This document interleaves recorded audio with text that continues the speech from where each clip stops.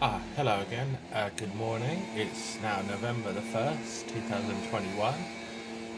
Sorry about the noise. Someone's doing the gardening, but can't avoid it. This is structural analysis made fun and easy.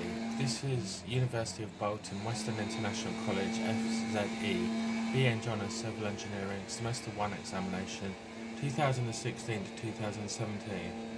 So this is Mathematics and Structural Analysis module CE 4011.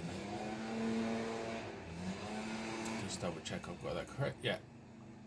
University of Bolton, Western International College, FZE, Civil Engineering, Semester 1 examination 16 to 17, Mathematics and Structural Analysis, module number CIE 4011.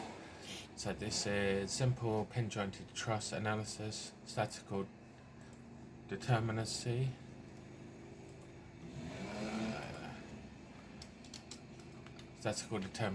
equations of equilibrium, equilibrium of joints. This is part one of, I'm not sure exactly, maybe 2 or 3 parts. But remember, this is only question 2. This series is only for question 2. This is not the entire question. That will be done in several videos. This is question 2 only. Please like the video and subscribe to the channel.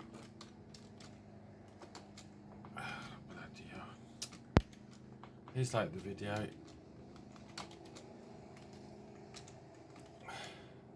Please like the video and subscribe to the channel. Please donate if you can to support the channel to let me make more videos like this. Okay, so let's get straight into it. I'll just zoom in for the question. So question 2 says, for the pin jointed truss shown in figure QA on page 4, having a roller support at end A, but it should be support A, and pins support at end F, and end F is really support F, subject to a vertical force of 20 kilonewtons at joint D. So part A, explain why the pin jointed truss is statically determinant, 2 marks. Determine the magnitude and direction of the support reactions at A and F, 3 marks. Using the method of resolution of joints, calculate the axial forces in the members of this truss and state whether each axial force is in tension or is compression, 12 marks. Summarize your answers on a diagram of the truss layout, 3 marks. Total 20 marks. So think again, it's 20 marks, 36 minutes. So that means you've got 1.8 minutes per mark. So if I zoom out again, here's a nice diagram of the truss. So simple truss, it's 2-bay truss then, because this is 8 meters long by 4 meters high. 4 meters high, and each bay is 4 meters. It's all pin jointed, so there's no moments between the supports, and there's no moments between the joints. So we've got A, B, C, D, E, F. It's labelled a bit weird, but it doesn't matter. 40. Okay, so there's the truss. That was the question. Now let's get back into part A. Exam technique, 2 times 1.8 marks is 3.6 minutes. So we've got to whiz through this really fast. Part A is describe. It says, question was, explain why the pin jointed truss is statically determinant.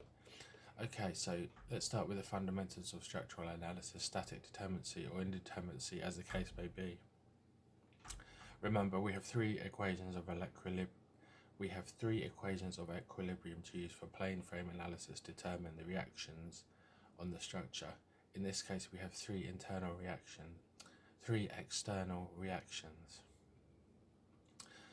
Therefore, for us, life is quite simple, and we can solve the structure using 3 equations because we have three reactions and 3 equations. That means that the structure is statically determinant because there's no indeterminacy. 3 reactions minus 3 equations minus 3 reactions equals 0. Therefore, we can solve it. That's easy. So that's really part A is just saying that we got 3 equations, but we only got 3 reactions. Therefore, we can solve the structure is solvable. the structure is statically determinant by 0 degrees. So if we had even 2 reactions, then we'd have 3 minus 2 is 1 degree. It's actually 1 degree determinant. If we had 4 reactions, though, it would be 3 minus 4, that would be minus 1. So if we had anything less than 0, then it's statically indeterminate. If we have more than 0, it's determinate. So in some cases we would need to use flexibility method or stiffness method for more complex structures with degrees of static indeterminacy, but this one is okay.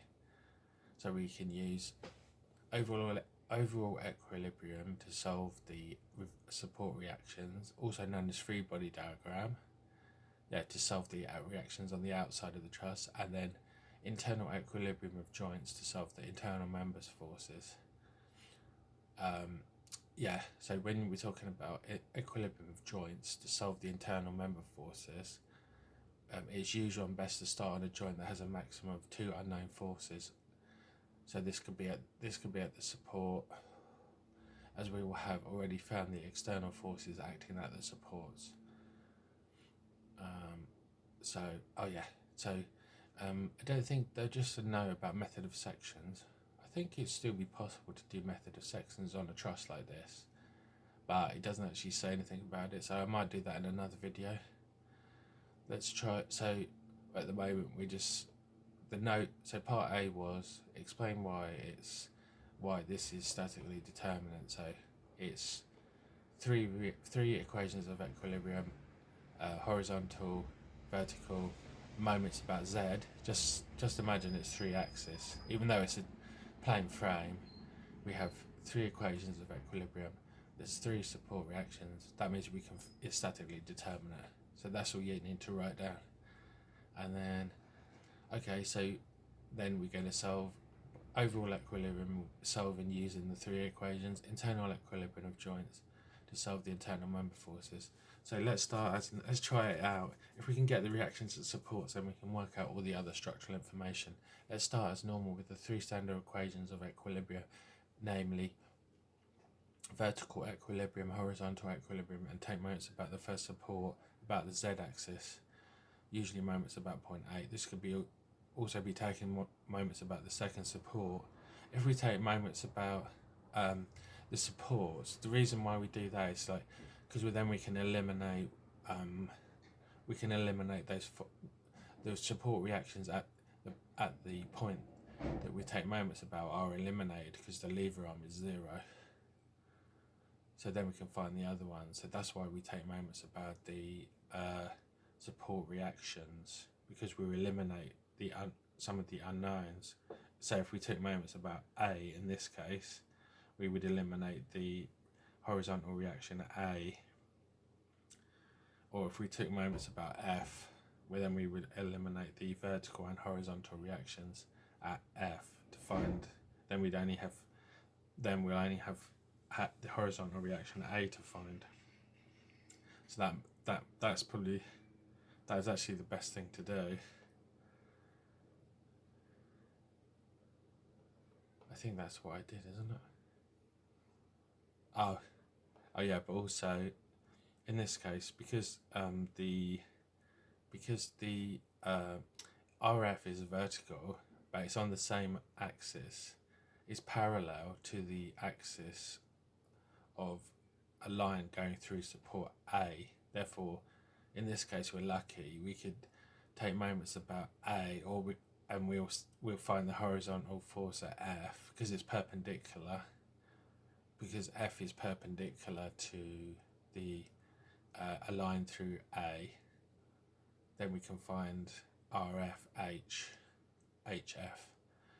But actually, I guess for the purposes of being really, methodical, we better to start with taking moments about F. But sorry, I've already done this now, so we're going to take moments about A. So here's the truss. Oh yeah, the sign conventions are, this is important as well for basics. X-axis is horizontal, positive from left to right. Y-axis is vertical, positive from down to up. and moments about Z. I can't draw. I haven't got a good sign on Word, but that shows you that like couples going anti-clockwise is positive about Z. So basically, for this, for these these pin truss frames, you have 3 axes. Even though you got 2D frame, you use X, Y, and then Z is coming out of the page. So basically, Z would be like that coming out of the page, basically. So let's crack on with B. Okay then. Oh yeah. So we've done A. Part A was to explain why it's statically determinate. So B is then let's crack on with B. Find the support reaction. So as I was just saying, I think if I was doing this again, I would take moments about F in this case, because then I could definitely find. Because if I took moments about F, then HA is perpendicular to an axis that runs through F. Therefore, it would have a moment effect. But anyway, we take moments about. Oh yeah, sorry. So we got to do vertical equilibrium, horizontal equilibrium, and then I took moments about A. So vertical equilibrium for this truss, 20 kilonewtons down is equal to RF up. So I've drawn it around the right way this time. RFV minus 20 or 0. So RFV equals 20. Let's call this equation 1. Horizontal equilibrium, RAH plus RFH, as I've drawn here, equals 0 because there's no horizontal loads outside. But so that means that RAH equals actually minus RFH. Let's call this equation 2. So if you didn't notice, that means that one of these reactions, horizontal, is drawn the wrong way, because RAF is equal to minus RAH. So okay, I'm going to give away the answer here, but that means this is actually the other way around. It goes the other way.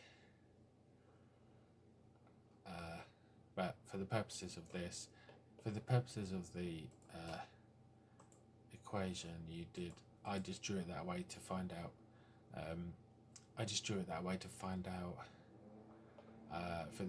You can start by drawing them both going to the right, and then when you do the equations properly, you'll find that it will come out properly that is the opposite direction. So let's now take moments about A. So RVF has no lever arm because it's parallel to the axis of a line going through A. So therefore, it's just the vertical load times the lever arm of 8. 20 times A is minus 4 times RVH, and it's the lever arm from A to RVH is 4, and the lever arm of the point load from A is 8 meters, so 8 times 20. So minus 20, and that is, and the point load is clockwise, so that's minus, and the reaction is anti-clockwise, causes a moment which is anti-clockwise, so that's positive. So minus 20 times 8 minus 4 RVH equals 0. Therefore, minus 160 equals 4 RVH. So yeah, remember, so that shows that the direction of reaction at H is right to left, not as I previously assumed it was. The reaction is right to left. Sorry, that's not right. So remember, so this shows the direction of the reaction at A.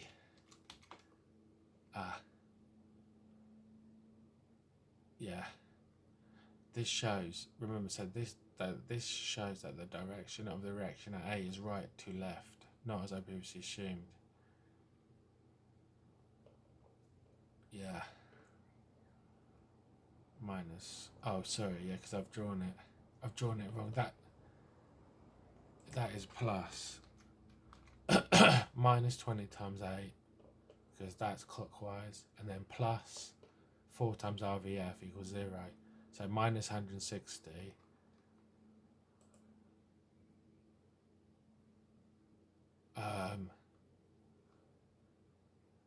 yeah, so that should be plus, shouldn't it? Because I just take the minus 160 to the other side. That means I should be better if I put that on that side. It's less confusing. Equals 160. Yeah. Remember, so that this shows that the direction of reaction A is left to right, not as I previously assumed it was, because RAH equals minus RV RFH. RFH is 160. Whoops, divided by 4. 160 divided by 4 is 40. Now we can go back into equation 2. RAH equals minus RVF minus RFH. So RAH equals 40 kilonewtons. Okay, so now we have all the support reactions.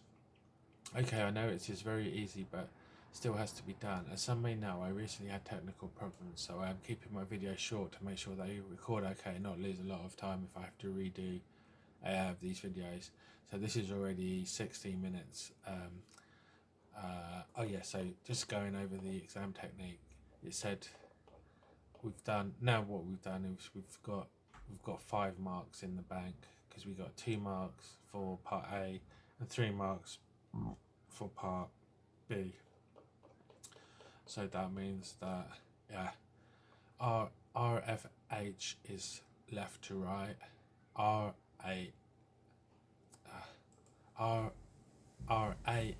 is right to left, RFH is left to right, RFV is upwards. Oh yeah, there it is. And so RFH is 40 kilonewtons, RFV is 20 kilonewtons, and RAH is minus 40 kilonewtons. Yeah, so that's it. We've got the reactions. This one is 40 newtons, minus 40 newtons, RAH from right to left that way, and RFH is from left to right this way, that's 40, and RFV is 20 upwards. So that's it. Oh yeah, see you.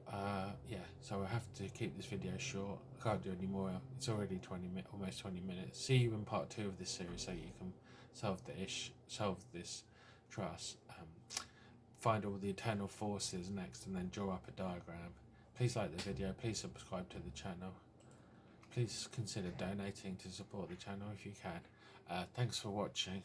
Hopefully everything in this video comes out this time. Sorry about the last video. I just doing it in a rush, and when you copy files from the computer, from the phone to the computer, sometimes you lose the data, it gets corrupted. So it's a warning as well to be careful.